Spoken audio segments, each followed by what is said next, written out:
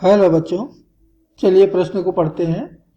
तांबे का एक तार दोनों सिरों पर दृढ़ आधारों में बंधा है। जब ताप 30 डिग्री सेल्सियस है तब तार में कोई तनाव नहीं है। 10 डिग्री सेल्सियस पर तार में अनुप्रस्थ तरंग की चाल क्या होगी? तांबे का यंग प्रत्यास्थता गुणांक y बराबर 1.3 गुणित 10 का घात 11 न्यूटन प्रति वर्ग मीटर, रैखिक प्रसार गुणांक अल्फा बराबर 1.7 गुणित 10 का घात ऋण 5 प्रति डिग्री सेल्सियस तथा घनत्व रो बराबर 9 गुणित 10 का घात 3 किलोग्राम प्रति घन मीटर है। तो इस प्रश्न के लिए जो मुख्य अवधारणा है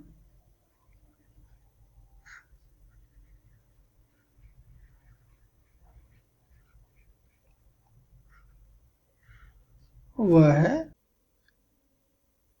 तापीय प्रतिबल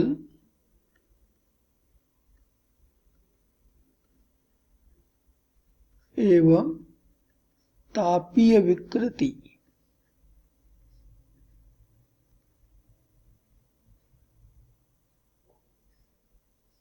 हमें प्रश्न में कुछ भौतिक राशियों के मान दिए हुए हैं।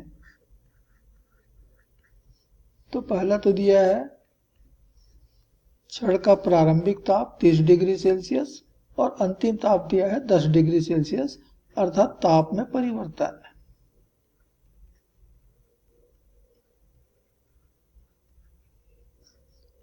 डेल्टा टी ये बराबर हो गया 30 से हमने उसको 10 डिग्री तक ले आए हैं, अर्थात 20 डिग्री सेल्सियस का परिवर्तन है। दूसरा हमको दिया हुआ है तांबे का यंग प्रत्यास्थता गुणांक वाई 1.3 गुणित 10 का घात 11 न्यूटन प्रति वर्ग मीटर, यानी एसआई में दिया हुआ है। तीसरा दिया है रैखिक प्रसार गुणांक, जिसको हम अल्फा से दर्शाते हैं 1.7 गुणित 10 का घात ऋण 5 प्रति डिग्री सेल्सियस। और हमको दिया है चौथा घनत्व रो। तांबे का घनत्व रो हमको दिया हुआ है 9 गुणित 10 का घात 3 किलोग्राम प्रति घन मीटर। इतने आंकड़े, इतने भौतिक राशियों के मान हमें प्रश्न में दिया है और पूछ रहा है कि इस छड़ को, जिसको कि हमने दो दृढ़ आधारों के बीच में रखा हुआ है, अनुप्रस्थ तरंग की चाल कितनी होगी।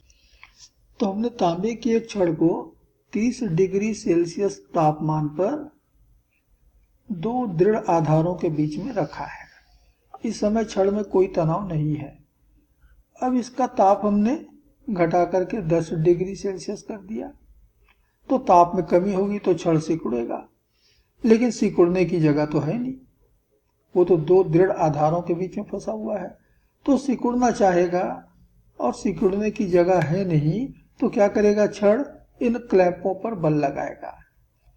और जब छड़ क्लैंपों पर बल लगाएगा तो क्लैंप भी छड़ पर बल लगाएगा, और ये जो बल लगाएगा इसी के कारण यहाँ पर तनाव उत्पन्न होगा, और इसी बल को हम यहाँ पर कहेंगे तनाव T। जितना बल उत्पन्न हो रहा है वही यहाँ पर तनाव होगा T। अब हमको मालूम है कि तने हुए छड़ में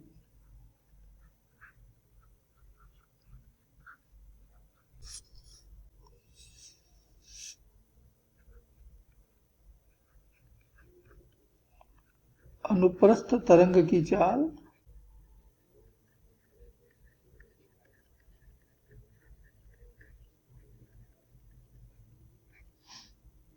V बराबर होता है वर्गमूल T बटा म्यू,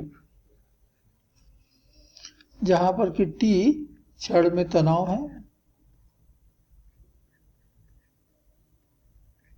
और म्यू ये छड़ के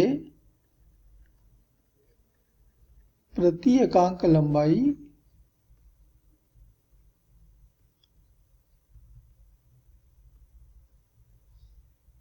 का द्रव्यमान है, अर्थात छड़ का कुल द्रव्यमान बटे कुल लंबाई, इसको हम कहते हैं म्यू। अब हमको मालूम है कि जब किसी छड़ के ताप में परिवर्तन की जाती है तो जो छड़ में प्रतिबल उत्पन्न होता है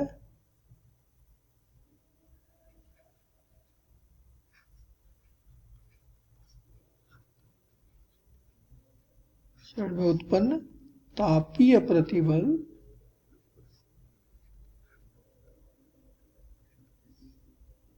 ये बराबर दी जाती है y अल्फा डेल्टा टी, इतना। अब हमको ये भी मालूम है कि प्रतिबल बराबर होगा बल बटा क्षेत्रफल। तो बल यहाँ पर तनाव के रूप में उत्पन्न हुआ है T बटा क्षेत्रफल, तो तनाव T बराबर हो गया प्रतिबल गुणित क्षेत्रफल। कौन सा क्षेत्रफल? अनुप्रस्थ काट का क्षेत्रफल। तो हो जाएगा y अल्फा डेल्टा टी गुणित a। ये हो गया हमारा तनाव T का मान।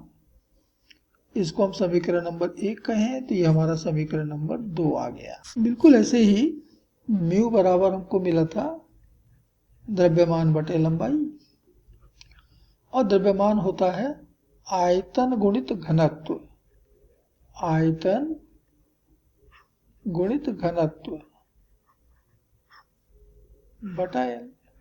अब आयतन हो जाएगा अनुप्रस्थ काट का क्षेत्रफल गुणित लंबाई, और घनत्व तो मान लेते हैं रो बटा L, तो L और L कट गया, तो म्यू बराबर आ गया A गुणित रो। और तब ये हमारा समीकरण नंबर 3। तो समीकरण 2 और 3 से मान समीकरण 1 में रखने पर